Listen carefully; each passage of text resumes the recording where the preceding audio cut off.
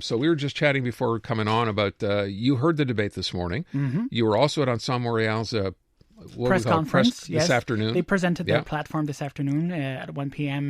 Near the Angus shops. So I asked you when we first came in, from what you heard in the debate this morning, the question I asked our audience today, did you hear anything today that would make you say or make you understand why people who answered "I don't know" to the question of who you're going to vote for any clearer for any of them? Have you heard anything that you could say, you know what, finally someone came out and said something I think most people, or that will resonate with most people? Well, the main thing that struck me is at the beginning of the debate when Soraya Martinez-Ferrada, the leader of Ensemble Montréal, said, the question we should all be asking ourselves is the city better off now than it was 8 years ago when Projet Montréal came to power? And I think this should be the ballot question in the end. This should be the question every Montreal voter has in mind when they get to the polls on November 2nd. They should be asking themselves, is the city better off? And I think the answer is clear, and it's no. It's no. Apart from bike paths, I mean, the legacy of Projet Montréal and Valérie Plante is quite slim. So are we better off, and do we want to reconduct that administration, that party to power for another 4 years? I think this is an excellent question that she's raising, and I feel like we're going to hear more and more about that from her in the next 2 weeks, because this is something that could make people eventually come out and say, if we want to make sure there's no Projet Montréal anymore leading the city, and if we want to make sure we have change, because the will for change, as we have seen in recent polls, is so high right now, this is a question that she should be repeating over and over in all her media interviews. Yeah, drum it in there, right? That's your main point. I would ask you, though, if you think about it, now I think at least we're starting to see a bit of daylight between these two particular parties. Now, there are other parties running, right? So just to make that a point, but for the two that we heard this morning, bike paths, very clear difference between Projet and Ensemble. Mm-hmm. Camille Yaoud, very clear difference between the two. Cavendish, very clear. Mm-hmm. So it's not as if you can say now what you might have said a few weeks ago, you know what, they all kind of seem the same to me. They don't. There's very different approaches to what they plan to do and what they've announced in their platforms. And it's also about bike paths, which is a very divisive issue in this election. It's also about having a good balance between cars and active transportation modes. So on one side, you have Ensemble Montréal, which wants to have a better balance. And on the other side, you have Projet Montréal, which is clearly on the side of cyclists. That's good for their core base. But apart from that, I think right now what they're trying to do, and as we have seen yesterday with the new campaign they have launched, and with them putting signs alongside bike paths across the city saying this bike path is in danger, could disappear. They're trying right now to reach out to their core base because they feel like even their core vote, that 10%, might be fleeing, seeking another alternative, possibly with the Transition Montréal and Craig Sauvé right now. So they're not even trying to win anymore. They're trying to save what's left of their party. You know, you brought up something interesting, I think, as well. You know, you think back to when Valérie Plante first got in 2017, and you mentioned this before, and I think it's worth bringing up again. The big promise back then, or one of the, because you were talking about big, bold promises, we've not heard, yes, you can have opposing views on what you want to do, but in terms of a big, bold idea, her big, bold idea was the Pink Line. The Pink Line. Right?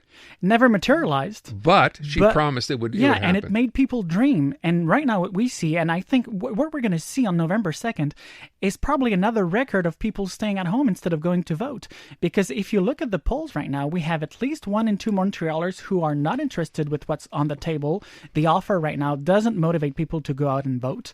And I think we're going to see another record of voters not showing up in the polls because we are not motivating people. We're not making people dream anymore. It seems like all parties are just promising to manage daily business in this city. We have a ton of problems. The pile is going up and up and up all the time because this administration for the past 8 years hasn't addressed all the problems they promised to fix in 2017.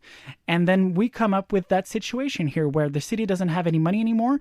We cannot dream, it seems, in Montreal anymore. It's funny because when you think about, I mean, the last poll showed Soraya in the lead. I imagine the next poll won't be a whole lot different when it comes out. But this idea that, you know, and I don't know, I mean, I'm not running a political campaign here, but it seems to me if you've been in the lead since day one, Are you now getting to a point where you want to be careful not to do anything too big or too bold because you don't want to risk losing your lead? Well, first off, you have to tell your candidates to stop making bad jokes on social media. We've seen that with Thierry Darès, the candidate for borough mayor in the Sud-West last weekend. So just tell your candidates to maybe keep it down a little bit, like avoid the bad joke that could generate some controversy for your party. You want to play it safe. I think at this point, 2 weeks ahead of the election day, you have to play it safe, yes, but at the same time, it's all about getting out the vote. So you have to motivate people. You have to make sure that people who want to vote for you, who say they will vote for you in the polls, show up at the polls. And the problem that they have is, I believe Madame Soraya Martinez could be elected. Yes, she's largely in advance. And at this point in the campaign, the vote is just cementing right now. So it's a bit too late for Luc Rabouin to try and turn things around. But the big question is, will she have a majority at City Hall? And on that point, it's not clear because Projet Montréal still has a very mobilized base. They have a ton of volunteers to get the vote out, whereas on the other side, Ensemble Montréal doesn't have that kind of organization. On one side, you have a party full of activists, which are there, present on the field. They're making calls. They're knocking door to door. They know who's voting for them. And on the other side, you have another party which is not necessarily as organized or with people as mobilized on the field. So the issue here is how much will Ensemble Montréal be able to get people out and vote? Because if she's too much in advance in the polls, people are going to say, "Oh well, I don't need to go bother? out. Sure. Why would I waste my Sunday afternoon going to vote if I'm 100% sure she's going to be elected?" So that's an issue that they could be facing. Is Craig Sauvé the other issue here? And I realize there are other candidates, Gilbert Thibodeau and Jean-François Cacou, but with all due respect, if they get 3 or 4%, that would seem to be pretty much what we're expecting. Does Craig Sauvé come up the middle like we thought a couple of weeks ago, maybe take some of those votes away from Projet or away from Ensemble? Oh, clearly taking votes away from Projet Montréal. So he's splitting the vote to the left here. And what happened is Luc Rabouin tried to recenter his party, getting rid of the most controversial elements of Valérie Plante's legacy, to try and steal some votes from Ensemble Montréal. That didn't work. So Rabouin is right now stuck between Transition Montréal to the left and Ensemble Montréal to the center. And that's what makes it very difficult right now for his party. Because if you add up the numbers from Transition Montréal and Projet Montréal, Rabouin would be almost neck and neck facing Soraya Martinez-Ferrada. So it's a tough one for Luc Rabouin, and I think the split in the vote to the left certainly doesn't serve Projet Montréal at the moment. I brought up the name of Gilbert Thibodeau, who I'm sure most people, certainly not on the English side, really know very much about, although this is the third time he's running for mayor.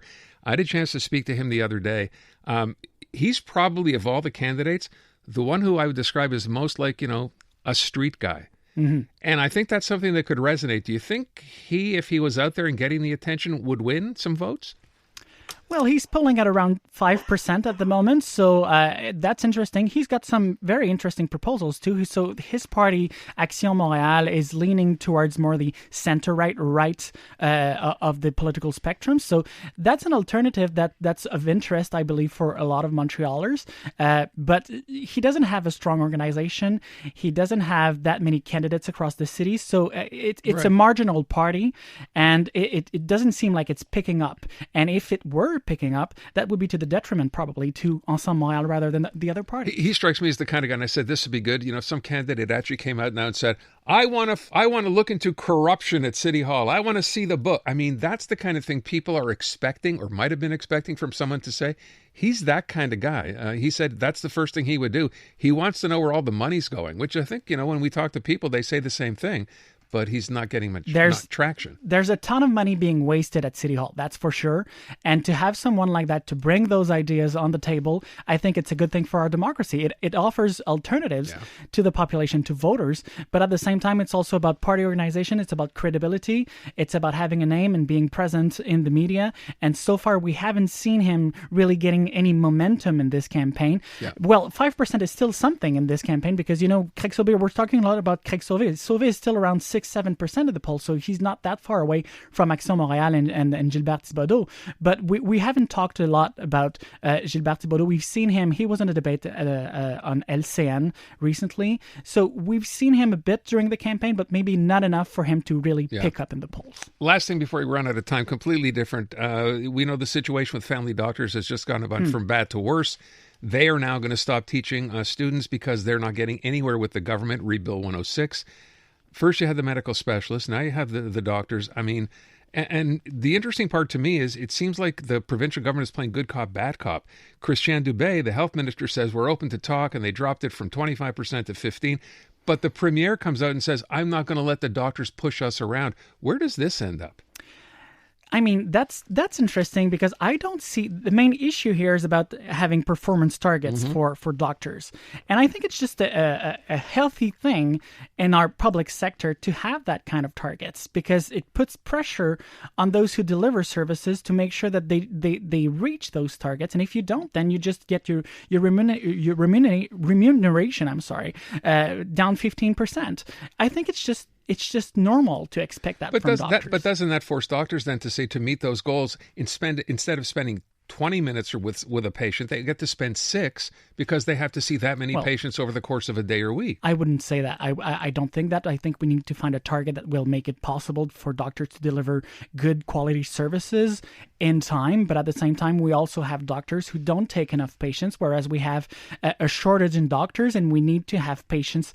We need to find more doctors for patients. So on one side, hiring more doctors, maybe educating more doctors, but on the other side, also making sure that those doctors who are paid with taxpayers' money also deliver services to as many people as they can. Are we missing the point that if this goes on and forces doctors to do this, we're simply going to have doctors pick up and say, hey, I'm a doctor. I can practice anywhere. Why would I want to practice in Quebec? Well, I think if in any way, if that happened, doctors could go and work anywhere else in another province across Canada. I mean, doctors right now, if we've heard that over and over when they said, "Don't touch our salaries, we're going to go work somewhere else," they didn't do it. I think the majority of them are living here. They're proud to live here. They're proud to deliver services to the population. Their families settled here. Their kids are probably going to school here. Why would you do that? I think it would be a marginal... Because if you turn the screws on them, there's no reason to stay if they can practice anywhere. Well, I mean, the other option is accept a reduction in 15% of your yearly salary. You always have the right to say, I'm not going to meet those targets. I refuse those targets. I'm not going to meet them. Well, then you leave the public system and go private. Oh, you could do that too, of course. But I mean, in any way, I think it's just normal for the population, for taxpayers to expect doctors to deliver services and to have performance targets. It's just a good thing, and we should have that in more public services. Good luck getting a doctor's appointment. Raphaël Melançon. I have a very good doctor. Thank you for coming in. Introducing Bryan Adams Radio on iHeartRadio. Hosted by Bryan Adams himself. Join me for an insider look on a wild ride through 40 years of global rock and roll. Bryan Adams Radio. Now available on the free iHeartRadio app. Or ask your smart speaker to play Bryan Adams Radio on iHeartRadio. Who's ready to rock? Kids wanna rock.